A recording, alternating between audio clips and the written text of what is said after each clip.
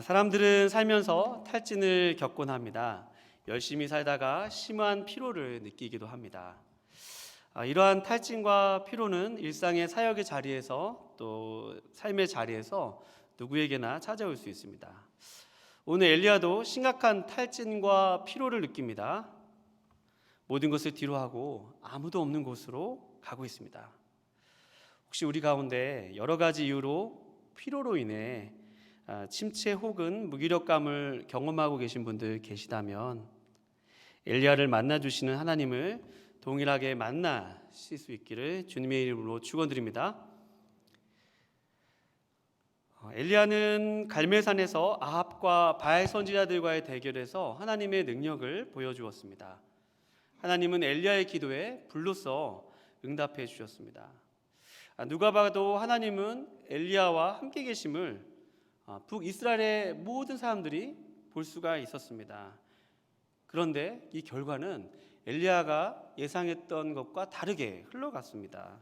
아합의 아내 이세벨이 아합에게 엘리야가 행한 모든 일과 또 엘리야가 어떻게 바알과 아세라의 선지자들 850명을 죽였는지를 들었기 때문입니다.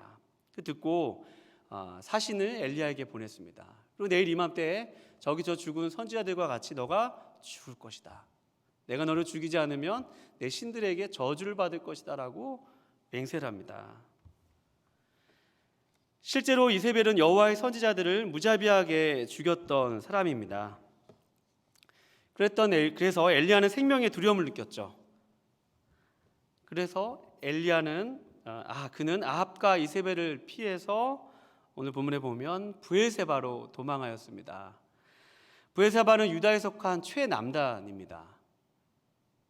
그러니까 엘리야가 갈멜산에서 바알과 아세라 선지자 850대 1로 싸웠던 곳은 북이스라엘에 속한 땅이고, 지금 엘리야가 도망가는 곳은 북이스라엘이 아닌 유다의 최남단 브엘세바까지 지금 사환들과 도망가고 있는 것입니다. 그러니까 아합과 이세벨의 손이 미치지 않는 곳이죠. 엘리야가 갈멜산에서 바알 선지자들과 싸우며 보여주었던 믿음은 사라진 듯합니다. 엘리야의 몸과 마음은 완전히 지쳐서 탈진했습니다. 엘리야는 피곤했습니다. 이제 엘리야는 체념합니다. 더 이상 내가 무엇을 할 수 있을까? 더 이상 내가 무슨 하나님의 일을 할 수 있지? 라며 지금 브엘세바까지 간 것입니다. 그런 엘리야가 오늘 브엘세바까지 가고, 또 오늘 본문에 보면 그 사환들을 브엘세바에 두고 자기는 하룻길쯤 더 가서 광야로 들어갑니다. 그러니 엘리야는 며칠 전만 해도 바알 선지자들과 아세라 선지자들과 그렇게 사역에 큰 성공을 거두고 그렇게 열심히 사역을 했는데, 지금은 더 이상 사역을 할 수 없는 곳으로 본인의 의도와 상관없이 도망가게 된 것입니다. 피하게 된 것입니다. 제가 예전에 한참 이제 코로나 이전이죠. 한 몇 년 전이었던 것 같습니다. 목사님 모시고 이제 병원 신방을 가는데 어떠한 성도님이 정말 열심히 사시던 분이 계세요. 직장에서도 열심히 사시고, 또 우리 교회에서도 정말 이분 빼놓고는 봉사 현장에 항상 제일 앞장서시고 너무 멋지게 봉사하시고, 단기 선교도 가시고, 하여튼 찬양하는 일, 모든 일에 있어서 항상 본이 되시는 분이세요. 근데 그분이 갑자기 다리를 다치셨어요. 그래서 본의 아니게 병원에서 얼마 동안에 좀 입원해야 되는 일이 있으셨습니다. 그때 목사님께서 제가 직분도 밝히지 않겠습니다. 성도님, 그때 얼마나 열심히 사셨어요. 그러면서 여기 계신 동안 좀 쉬시면 하나님이 큰 위로 주실 것 같아요. 그렇게 하나님이 목사님의 말씀을 통해서 그분의 위로해 주시는 것을 보았습니다. 여러분, 우리 가운데서는 많은 탈진을 경험합니다. 육체의 피로를 경험해요. 꼭 사역이 아니더라도 육아를 하고 있는 주부들을 보면 아이들을 돌보느라 많은 피곤함을 경험합니다. 예배도 제대로 드리지 못하고, 아이들 밤낮 자지도 못하고 아이들 열나면 또 열 식히느라, 또 아이들 밥 주느라 육아에 전념하는 그런 주부들 보면 정말 많은 영적인 탈진을 경험하는 것을 옆에서 봅니다. 또 열심히 직장 생활하며 큰 성과를 올리고도 갑자기 느끼는 삶의 무기력감은 많은 슬럼프를 통해서 찾아오는 사람들의 고백을 들은 적이 있습니다. 엘리야처럼 큰 사역의 성공을 거둔 후에 갑자기 찾아오는 그런 슬럼프와 그런 탈진들이죠. 사역의 현장에서도 사역의 큰 성공을 거둔 후에 찾아오는 그런 탈진과 피곤은 대다수 사역자들에게, 목회자들에게 경험하는 일입니다. 뭐 이런 경우도 있어요. 예전에 교회에서 보면 제가 이렇게 사역할 때, 청년 사역할 때 보면 어떤 청년들 중에는 저도 제 얘기나 마찬가지네요. 제가 청년 때도 그랬었거든요. 뭐 여름성경학교서부터 시작해가지고 여름성경학교 끝나면 중고등부 수련회도 가고, 중고등부 수련회 끝나면 청년부 수련회도 가고, 청년부 수련회 끝나면 해외 단기 선교도 가고, 해외 단기 선교 끝나면 뭐 또 선교단체에서 또 수련회도 가고, 그러면 성경학교와 수련회와 단기 선교로 방학이 다 보냅니다. 그러면 은혜가 충만해야 되는데 이게 탈진해 버리는 거예요. 그래서 이제 학기 시작해 버리는데 탈진해 가지고 학기를 시작하는 그런 경우를 많이 봅니다. 청년들 중에 그래서 뭐 잠적하는 친구들이 있어요. 저 이제 교회 일 안 할래요. 그러면서 열심히 일을 했는데 갑자기 막 사라지고 막 연락 안 되고 문자 안 받고 그랬던, 저도 그런 경험했었고 또 그런 청년들도 보았던 경험이 있습니다. 여러분, 우리가 오늘 이 하나님께서 엘리야로 하여금 이렇게 사막으로, 광야로 인도하시는 그 하나님의 손길의 뜻이 어디 있을까요?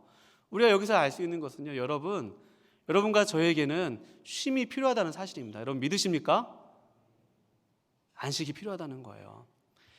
창세기에 보면 너무나도 귀한 말씀이 있는데, 그것은 2장 3절에 보면 이런 말씀이 있습니다. 하나님이 그 일곱째 날을 복되게 하사, 2절부터 하나님이 그가 하시던 일을 일곱째 날에 마치시니 그가 하시던 모든 일을 그치고 일곱째 날에 안식하시니라 라는 말씀이 있습니다. 그러니까 안식은 이 창조에 속한 일입니다. 여섯째 날까지는 하나님이 사람까지 창조하시고, 그럼 여기서 창조가 끝난 것이 아니라 안식이라는 것을 창조하셔서 하나님이 쉼을 누리셨어요. 일곱이라는 숫자에 안식을 누리셨습니다. 그래서 성경에 보면 이 일곱이라는 숫자, 또 7년, 40일 이런 주기마다 하나님이 쉼을 말씀하고 계시거든요. 여러분과 저의 삶 속에서 내가 의도하건 의도하지 않던 간에 뭔가 이렇게 그쳐지는 일이 있고 중지되어지는 일이 있고 내 손을 어떻게 할 수 없는 일을 그럼 만난다면, 나한테 왜 이런 일이 생겼지? 하필 왜 나한테 이런 일이 생겼어? 라고 여러분 원망하기보다, 혹시 하나님께서 나와 독단적으로 만나시기 위해서 나를 부르시는 그 손길이 아닌지 여러분 점검하는 여러분과 제가 되실 수 있기를 주님의 이름으로 축원드립니다. 하나님은 의도적으로 어떻게 보면 엘리야를 쉬게 하시는 것입니다. 말씀을 계속 살펴보면 엘리야가 이제 오늘 본 말씀에 보면 이 사막에서 브엘사바까지 갈 때는 살기 위해서 가는데, 이 광야에 들어가서는 로뎀나무 아래 가서 하나님께 그런 기도를 합니다. 하나님, 제가 더 이상 살 소망이 없습니다. 차라리 하나님 나라에 갔으면 좋겠습니다 라고 이 로뎀나무 아래서 하나님께 그런 기도를 드리고 쉽니다. 여기서 잠깐 사막과 로뎀나무를 생각해 보면, 여러분 사막은 낮과 밤의 일교차가 굉장히 큰 곳입니다. 그러니까 우리가 뭐 로뎀나무 들어가는 숙소가 많더라고요. 뭐 로뎀나무 펜션 이런 말이 있는데, 여러분 사막이라는 곳, 이 엘리야가 갔던 곳은 어떤 휴양지를 간 것이 아닙니다. 아무도 볼 수 없는 곳, 아무도 차지할 수 없는 곳으로 피정한 거, 도망간 거예요. 거기 갔는데 거기에 있는 나무 중에 로뎀나무는 특별히 이 잎사귀가 굉장히 가는 그러니까 잎사귀가 큰 그런 나무가 아니라 잎사귀가 굉장히 가는 나무입니다.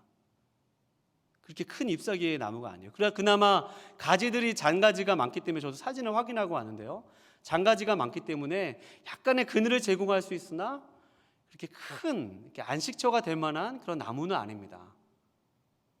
리조트를 간 게 아니에요. 지금 이 엘리야는 사막이라고 하는 낮과 밤의 일교차가 크고 그나마 간신히 마련된 로뎀 나무 안에서 물도 없이 양식도 없이 그냥 그렇게 누워 있는 것입니다.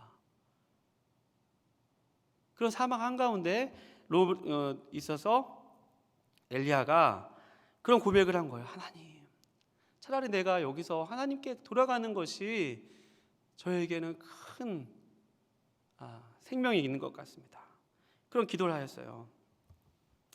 그랬더니 하나님께서 오늘 말씀에 보면 어떻게 말씀하고 계시죠? 오늘 본 말씀에 보면 우리 다 같이 말씀 한번 읽어볼게요. 우리 5절 말씀 한번 다 같이 읽어보겠습니다. 5절 시작. 로뎀나무 아래에 누워 자더니 천사가 그를 어루만지며 그에게 이르되 일어나서 먹으라 하는지라. 아멘. 그리고 6절 말씀에 보니까 본즉 머리맡에 숯불에 구운 떡과 한 병 물이 있더라. 이에 먹고 마시고 다시 누웠더니 7절에 여호와의 천사가 또다시 와서 어루만지며 이르되 일어나 먹으라.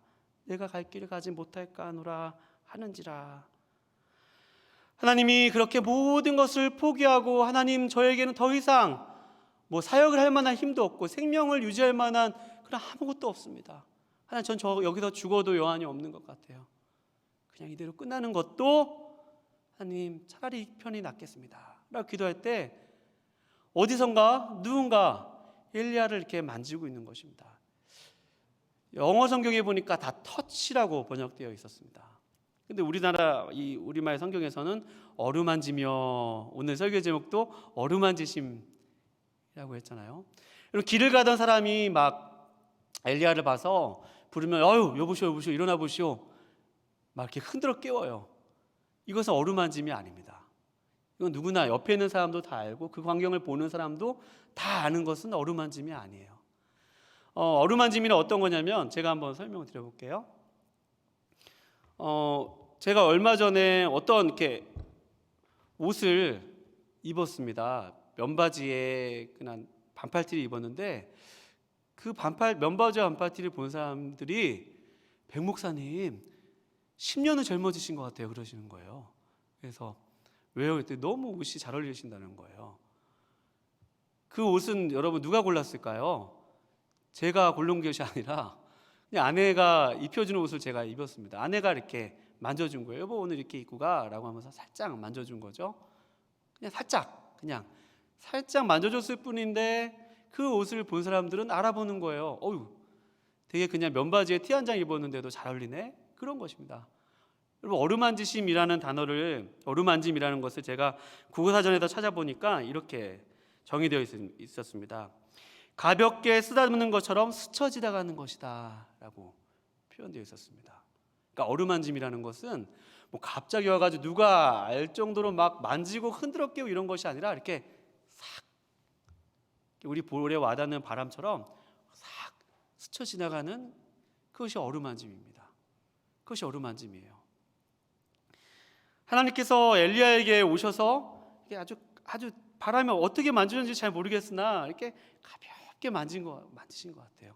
그의 무게를 다 안으시면서 아주 살짝 됐다가 떼주셨을 수도 있고 어떻게 했는지 모르겠으나 어루만졌다고 표현되어 있습니다. 어루만졌으며 그리고 천사가 와서 말했습니다. 엘리야야 일어나서 먹으렴.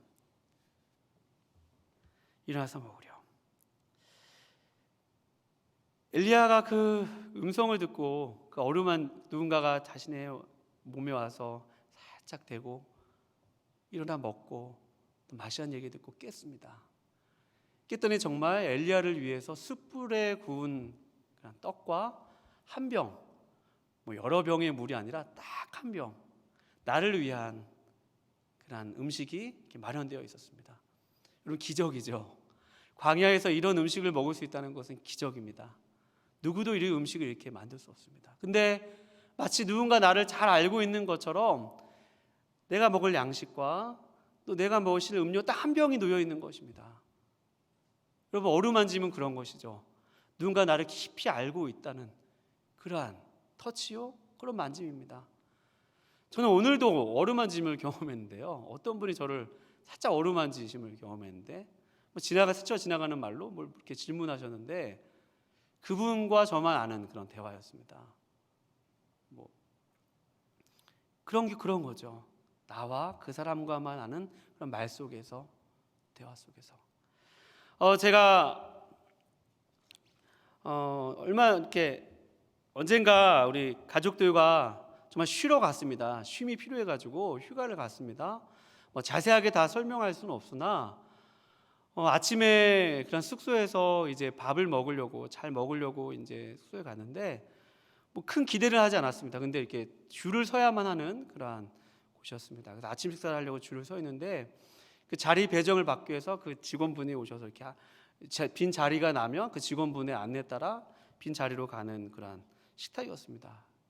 근데 아무 기대도 하지 않은데 직원분이 오셔서 이쪽으로 오시라고 그러면서 뭐 저희가 뭐 대단한 곳에 머문 사람들도 아니고 뭐 되게 유명한 뭐 좋은 옷을 입은 것도 아니고 그냥 평범한 사람이었을 텐데 갑자기 일로 오시라는 거예요. 그러더니 모든 사람이 앉고 싶어하는 자리, 뭐 특별히 뭐 정해져 있는 예약석이 있는 것은 아니지만 정말 모든 사람이 앉고 싶어하는 그 자리, 제일 전망 좋고 제일 멋진 광경이 펼쳐진 그 자리에 저희를 앉으라는 거예요, 여러분. 할렐루야.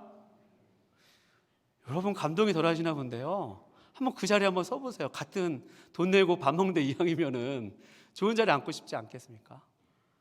근데 우리가 뭐 기대도 안 했어요. 저희는 그냥 밥만 먹으면 됐지. 그런데 가장 좋은 자리, 가장 좋은 그런 자연이 펼쳐진 곳을 보면서 저희 가족이 앉았는데 밥 먹다가 그냥 눈물이 뚝뚝 떨어지더라고요. 그냥 하나님 이렇게 만지시는 것 같더라고요. 뭐 힘들어서 그런 것보다도 하나님이 뭔가 이렇게 아신다는 느낌이 들었습니다. 내가 너를 알고 있다. 내가 너와 함께한다.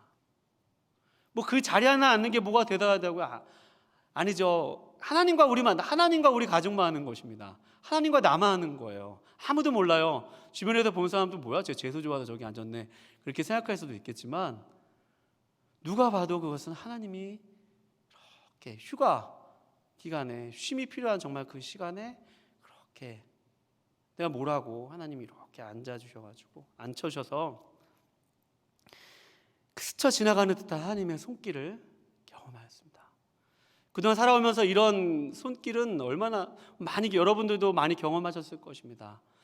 이거 뭐 그냥 지하철을 타다가도 경험하실 수도 있고요. 또 잠깐 멈춰서서 아무 생각 없이 있었는데 내 볼에 스치는 바람처럼 우리 일상 가운데 작은 사건들을 통하여서 어떤 작은 일을 통하여서 하나님이 우리를 만져주고 계시는구나, 어루만져 주시는구나 라는 것을 경험할 수 있습니다. 엘리야가 그 음식을 먹고 마시면서 내가 이렇게 배고픈 것, 내가 이 광야 사막에서 아무것도 먹을 거 없이 이렇게 힘없이 누워있는 것을 누가 알겠냐는 것입니다. 천지를 만드시고 나를 만드신 하나님 외에는 누가 내가 이렇게 배고프고 내가 이렇게 목마른 것을 누가 알 수 있을까? 하나님이 그렇게 물 한 병과 구운 떡을 차려서 그 음식을 먹으면서 엘리야가 몸에 힘이 나면서 기운이 돋고 힘이 돋으면서 하나님이시구나, 하나님이 나와 함께 계시는구나, 하나님이시구나. 저 갈멜산에서 850대 1로 싸웠을 때 그 능력의 하나님만이 아니라 나의 삶 속에 이렇게 작은 만지심을 통해서도 엘리야는 영원을 경험하였을 것입니다. 엘리야는 하나님의 무한함을 경험하였을 것이에요. 하나님의 전능하심을, 그 짧은 순간이었지만 엘리야는 그 영원하신 하나님을 만나는 그런 시간이었을 것입니다. 만나는 시간이었습니다. 여러분, 우리가 이를 통해서 알 수 있는 것은요, 우리 삶 가운데서 우리의 일상의 어떤 순간에 어떤 일이라도 여러분 그 자리가 꼭 우리가 어떤 일부러 그런 자리가 가지 않더라도 여러분 작은 순간에 하나님께 나의 삶에 찾아오셔서 어루만지실 때 여러분 우리의 삶의 자리는 로뎀나무가 될 수 있고 그 자리는 하나님을 만날 수 있는 자리가 될 수 있음을 여러분 믿으실 수 있기를 주님의 이름으로 축원드립니다. 여러분 혹시 심각한 건강상의 어려움으로 힘든 분들이 계십니까? 또 사업의 어려움으로 혹시 정말로 모든 것 살 수 싶을 정도로 그런 가운데 계십니까? 모든 것이 탈진하고 지치고 소진되어지고 피곤하고 무기력하고 아무것도 할 수 없이 낙담하고 낙심한 분 계십니까? 여러분, 그러나 시편 62편 기자도 이런 고백을 하였습니다. 62편 1절에 나의 영혼이 잠잠히 하나님만 바라며 나의 구원이 그에게서 나오는도다. 그만이 나의 반석과 산성과 요새이시요 나의 피할 바이시요 모든 구원이 그에게서 나오는도다. 할렐루야. 여러분과 제가 잠잠히 하나님만 바란다면, 우리가 예기치 못한 순간에 우리가 꼭 그것을 의도하지 않아도 하나님께서 여러분과 저에게 어제도 함께 하셨고 지금도 함께 하시고 내일도 함께 하시는 그 하나님이심을, 하나님이 어루만지심을 통해서 여러분과 저에게 느끼게 하실 것입니다. 여러분 믿으십니까? 아마 이미 경험하고 계신 분도 계신 줄로 압니다. 그런 길을 통과하고 계신 분도 계신 줄로 압니다. 시편 139편 7절에서 10절 말씀에 보면 이런 말씀이 있습니다. 내가 주의 영을 떠나 어디로 가며 주의 앞에서 어디로 피하리까? 내가 하늘에 올라갈지라도 거기 계시며 수월에 내 자리를 펼지라도 거기 계시나이다. 내가 새벽 날개를 치며 바다 끝에 가서 거주할지라도 거기서도 주의 손이 나를 인도하시며 주의 오른손이 나를 붙드시리이다. 아멘. 하나님은 거기서도 계신다는 것이죠. 내가 새벽 날개를 치면서 하나님이 안 계실 것이라고 생각하는 저기 바다 끝에 갈지라도 사막 끝에 갈지라도, 내가 이렇게 힘든데요, 하나님 내 사정을 알고 계세요. 하나님 어디 계세요? 하나님 나를 알고 계시기는 한 거세요. 새벽 날개를 치며 저 바다 끝에 거해도 하나님 거기 계셨다라는 것입니다. 여러분, 혹시 여러분과 저에게 여러 가지 삶의 이유로 낙심과 좌절이 찾아오고 성공 뒤에 탈진이 오고 또 그런 분들이 계시다면, 그것이 의도적인 휴식이든 또 은치 않는 휴식이든 여러분 그 휴식의 시간을 누리실 수 있기를 축원드립니다. 그 휴식 시간에 하나님을 만나실 수 있기를 축원드립니다. 하나님과 함께 한다면 잘 먹는 것도 귀한 영적인 일일 것입니다. 충분한 잠을 자는 일도 영적인 일일 것입니다. 가족과 함께 한 번도 하지 않았던 놀이를 하는 것도 영적인 일일 것입니다. 또 우리의 삶 가운데 삶의 어느 자리에서 어느 순간에 하나님께서 나를 만져주심, 어루만져주심을 통해서 나는 하나님 없이는 살아갈 수 없는 존재이구나, 하나님 여전히 나의 삶 가운데 은혜로 함께 계시는구나, 그 은혜, 하나님의 은혜의 하나님을 여러분과 저의 삶 속에서 이 무더운 여름 가운데 또 비도 많이 오고 여러 가지 어려운 가운데서도 쉼을 누리면서 또 삶의 여러 가지 환경 속에서 그 안식을, 진정한 안식과 쉼과 회복을 누리실 수 있기를 거룩하신 주님의 이름으로 축원드립니다. 기도하시겠습니다. 하나님 아버지, 내 삶에 중지되고 그쳐지고 멈춰선 삶의 여러 가지 모습들이 있습니다. 하나님, 그것은 어떻게 보면 하나님이 의도적으로 우리를 만나시기 위해서 우리를 부르신 손길임을 주님 저희들 믿습니다. 하나님, 우리 삶의 여러 가지 환경 속에서 낙심하고 좌절한 분들에게 하나님의 어루만지심의 손길이 하나님 축복 속에서 하나님 우리가 예기치 않는 순간에 하나님 만나주실 줄로 믿습니다. 하나님, 여기 모인 모든 성도님들과 또 영상으로 말씀을 듣고 계신 성도님들과 가정에 주님께서 어느 한순간에 찾아가 주셔서 위로하여 주시고 세임 주시고 먹여 주시고 다시 주의 사명을 감당할 수 있도록 주님께서 은혜를 더하여 주시옵소서. 하나님, 오늘 이 밤에 하나님 그 하나님을 바라며 우리의 목마른 영혼 가운데 우리에게 생수를 허락하여 주시는 그 하나님께 오늘도 기도하며 하나님께 나아가는 귀한 시간 되게 하여 주시옵소서. 아버지, 주님께 모든 것 맡겨드리오며 귀하신 예수님의 이름으로 기도합나이다. 아멘.